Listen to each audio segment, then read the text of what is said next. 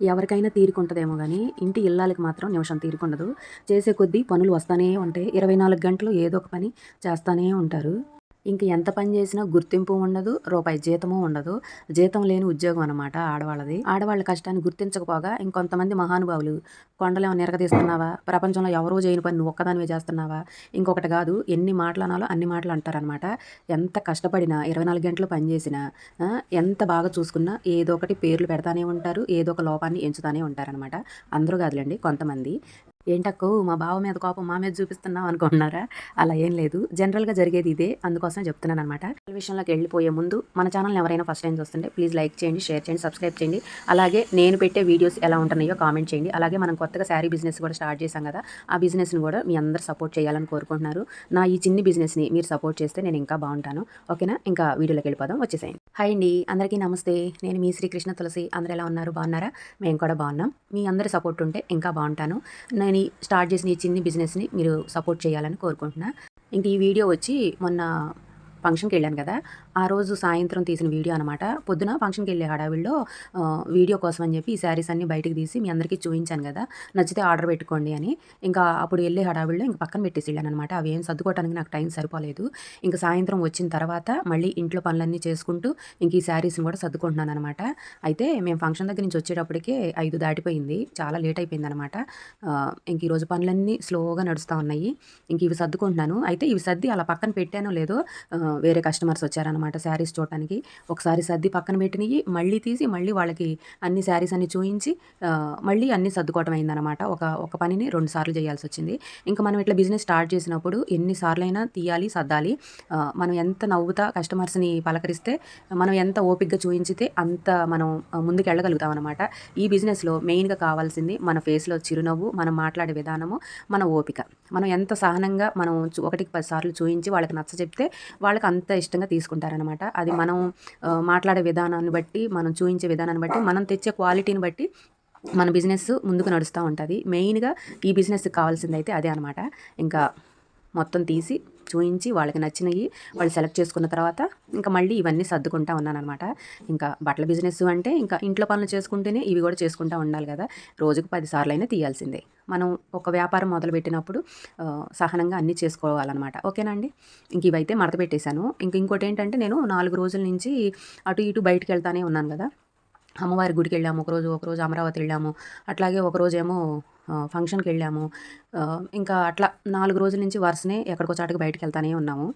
ఇంట్లో పనులు గూడా ఇంకా అలా పెండింగ్ ఉండిపోతున్నాయనమాట. ఏ రోజుకి ఆ రోజు హడావిడిగా ఎళ్ళటం. నైటు వచ్చిన తర్వాత చేసుకోవటం అవుతుంది. ఇంక ఈరోజైతే పొద్దున ఫంక్షన్‌కెళ్ళే హడావిడిలో గాజులు కనిపించలేదని మొత్తం గొట్టేసాను. ఇంకా షర్మిల వాళ్ళేమో బస్సొచ్చేసింది, వ్యాన్‌లొచ్చేసినియి తొందర రా అంటే ఇంక ఇవి ఇక్కడ పెట్టేసి ఎళ్ళిపోయాననమాట. ఇప్పుడు సర్దుకుంటున్నాను. ఇంక నాకు గాజులు అవన్నీ ఇట్లా ఈ బాక్సుల్లో పెట్టుకుంటాననమాట. ఇన్ని గాజులున్నయి ఎందుకు అన్ని కొన్నావు అని అనుకుంటారేమో. నిజం చెప్పనా? వీటిల్లో నేనసలు ఒక్కటి కూడా కొనలేదండి. నాకు ఎక్కడికన్నా ఎళ్ళాననుకోండి, అది నా అదృష్టంగా ఫీల్ అవుతాను నేనైతే. అమ్మవారి గుడికెళ్ళినా, లేకపోతే ఎవరింటికన్నా ఎళ్ళినా నాకు ఫస్ట్ బొట్టు పెట్టి బ్లౌజ్ పీస్‌తో పాటు గాజులు కూడా ఇస్తారనమాట. అది ఎందుకో తెలీదు. నాకెక్కడికెళ్ళినా అలాగే జరుగుద్ది. ఆ విషయంలో మాత్రం నేను అమ్మవారి ఆశీస్సులు నాకు అలా అందుతాయి అనిపిచ్చిద్ది. ఎక్కడ గుడికెళ్ళినా కూడా ఖచ్చితంగా నాకు గాజులైతే ఇస్తారు. ఆ విషయంలో నేను చాలా హ్యాపీగా ఫీల్ అవుతా. నేను చాలా అదృష్టంగా కూడా ఫీల్ అవుతాననమాట ఆ విషయంలో. ఇంకా అలా వచ్చిన గాజులన్నీ అట్లా సెట్ చేసి పెట్టుకుంటాను బాక్సుల్లో. ఇంకా ఎక్కడికన్నా ఎళ్ళేటప్పుడు మార్చుకుంటా ఉంటాననమాట. ఇంకా కొన్ని అంజలికి, షర్మిలకి, అమ్మకి గూడా ఇస్తాను. ఏదైనా చిన్న సైజ్ వచ్చినియి అనుకోండి అంజలి, షర్మిల వాళ్ళకిస్తా. ఇంకా నాకున్న కలర్సే మళ్ళీ వస్తానే ఉంటాయి కాబట్టి ఇంకా అమ్మకో ఎవరో ఒకళ్ళకి ఇస్తా ఉంటాను. ఇంక ఇవే కాదు ఇక్కడ కనిపిస్తున్నాయే కాదు ఇంకా లోపల కూడా ఇంకో బాక్స్‌లో ఉన్నాయనమాట. ప్రత్యేకంగా నా గాజుల కలెక్షన్ ఒకరోజు చూయించుతాను. చాలా బావుంటాయి. ఇంక ఇలా డబ్బాలో పెట్టుకునేటప్పటికి ఇంకా కనిపించగా అన్నీ కింద పెట్టేసి ఇంకా హడావిడిగా ఎళ్ళిపోయాననమాట.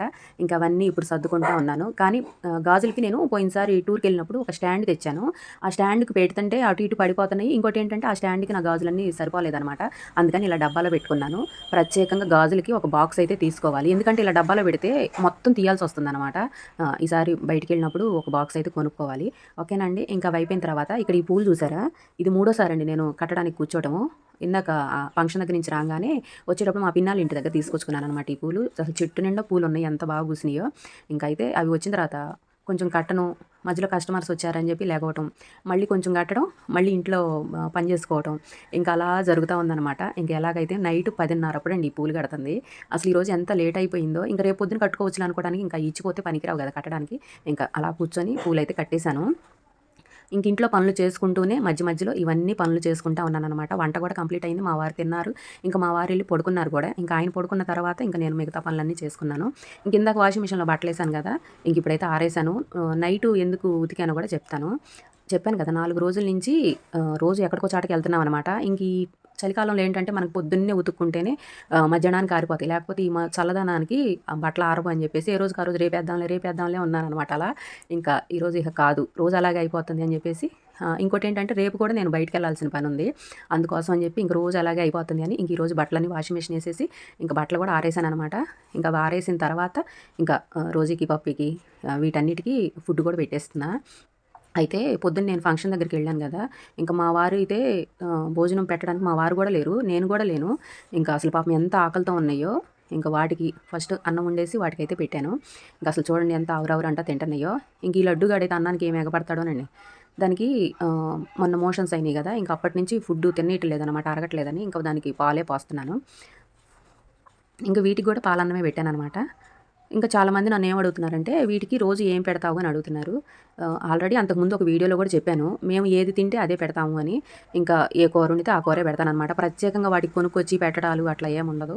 ఇంక కూరేమి లేదు అనుకుంటే పాలు పోసైనా పెడతాను, పెరుగన్నమైనా పెడతాను. లేదా ఏ కూర వండితే ఆ కూర. అలా పెడతాననమాట. ఇంకా వాటికి కూడా ఫుడ్ పెట్టేసి ఇంకా మిగతా పనులు కూడా చేసుకోవాలన్నమాట. చెప్పాను కదా! రేపు కూడా బయటికెళ్ళే పనుంది అని. ఇంకా రేపు వెళ్ళాలి కాబట్టి ఇంక ఈ నైటే కొంచెం వీటికి ఫుడ్ పెట్టేసిన తర్వాత నేను కూడా భోజనం చేసేసి ఇంకా మిగతా గిన్నెలన్నీ కడిగేసుకొని, వంటగదంతా శుభ్రం చేసుకొని ఇంక అప్పుడు పడుకుంటాననమాట. ఇంకా చాలా పనులున్నాయి. ఓకేనా అండి? చెప్పాను గదా! ఇంటి ఇల్లాలకి ఎన్ని పనులు చేసినా ఇంకా పనులు ఉంటానే ఉంటాయి. చేసే కొద్దీ వస్తానే ఉంటాయి. మనం ఎంత చేసినా గూడా ఏదో ఒక పని పెండింగ్ ఉంటానే ఉంటదనమాట. నాకని కాదు ప్రతి ఇల్లాలకి తప్పని ఇంటి పనులనమాట. చేసే కొద్దీ ఉంటానే ఉంటాయి.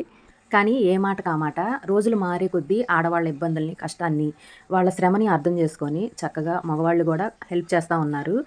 చాలా వరకు మార్పొచ్చింది. ఇంక ఇప్పుడు పిల్లలైతే ఇంక బంగారు కొండలనే చెప్పాలి. అసలు ఎంత బాగా అర్థం చేసుకుంటున్నారో చక్కగా చెరొక పని ఒకళ్ళకొకళ్ళు హెల్ప్ చేసుకుంటూ చక్కగా చేసుకుంటున్నారు.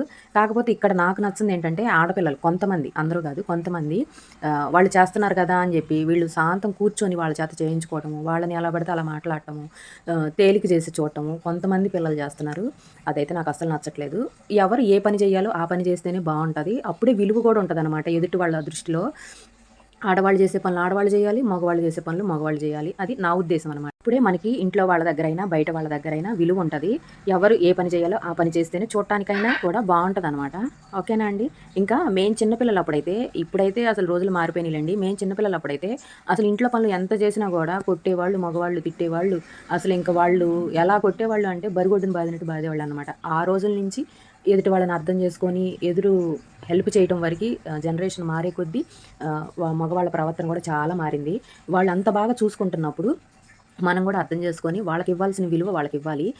ఇప్పుడు కొంతమంది చేసే పిల్లల గురించి చెప్తున్నాననమాట. ఓకేనా అండి? భార్యాభర్తల గురించి మనం ఎన్ని గంటలు మాట్లాడుకున్నా ఆ టాపిక్ గురించి విషయాలు ఇంకా ఉంటానే ఉంటాయనమాట. అది తెగేది కాదు.